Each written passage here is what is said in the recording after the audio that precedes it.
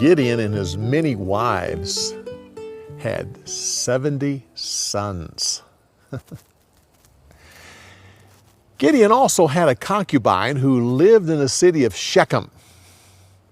With her, he had a son by the name of Abimelech. When Gideon died, Abimelech went to his uncles and said, "Talk to the men of Shechem.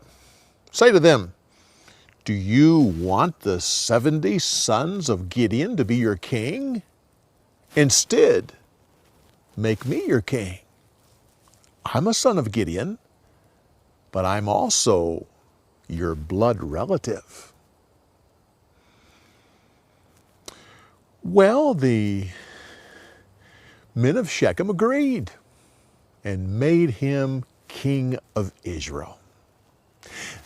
They gave him 70 pieces of silver, 70 silver coins. They took it from the temple of Baal. They gave it to him in order to help him get started. He took that money and he hired a gang of thugs. And the first thing they did was to kill the 70 sons of Gideon. Except they missed one. The youngest, a man by the name of Jotham.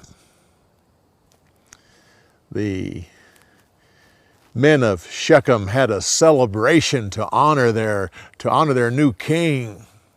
As they were celebrating, suddenly they heard someone yelling. They looked off in the distance, and there was Jotham. He was yelling, "Listen to me! Listen! The trees decided to have a king."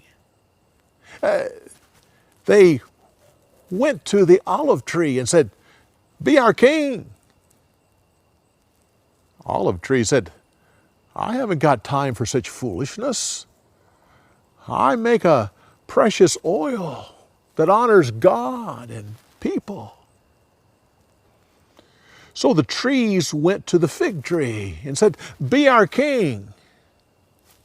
Fig tree said, I haven't got time for such foolishness. I make sweet fruit that is enjoyed by everybody. So they went to the grapevine and said, "Be our king." Grapevine said, "I haven't got time for such foolishness. I make a wine that makes people happy." So they went to the thorn bush and said, "Be our king." Thorn bush said, "Yes, I'll be your king, but from now on you'll be under the shade of my protection. And if you rebel against me, fire will come from my thorns and burn you up."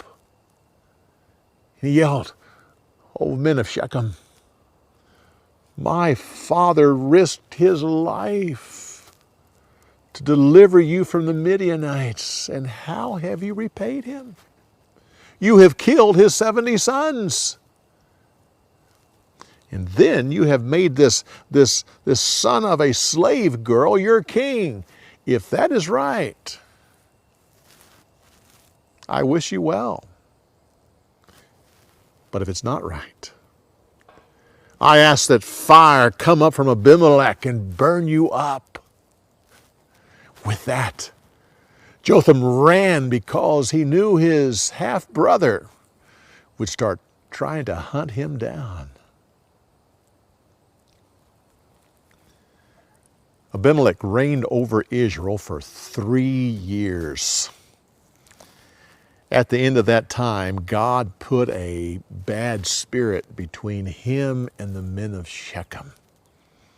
They rebelled against him. During that time, they had a party, got drunk. They started cursing Abimelech, saying how they were going to overthrow him. Well, the mayor of Shechem didn't like this talk. So he sent a message to Abimelech and told him what was going on and agreed to help him take care of these men. So Abimelech brought his army and camped outside the city. so that the next morning he could attack. Early in the morning, before the sun was even up, in those early first lights, the man of Shechem was standing at the city gate with the mayor. They were looking out. Suddenly he thought he saw some shadows moving, and he said, "Are we being attacked?" The mayor said, "No, that's just the shadows from the mountain." So they stood there and looked out. Suddenly the man saw the shadows coming towards him. He ran back in the city and shouted, "We're under attack! We're under attack!" The battle lasted for several days. Finally, the city fell. The people of Shechem ran to the tower.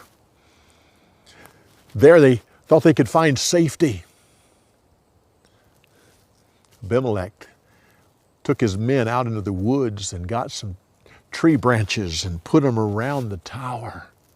He lit it and burnt up the tower. 1,000 men, women, and children died that day. And the prophecy of Jotham came true. When he was done, he tore down the entire city, took down the buildings, and he spread salt all over to make sure that nothing could grow.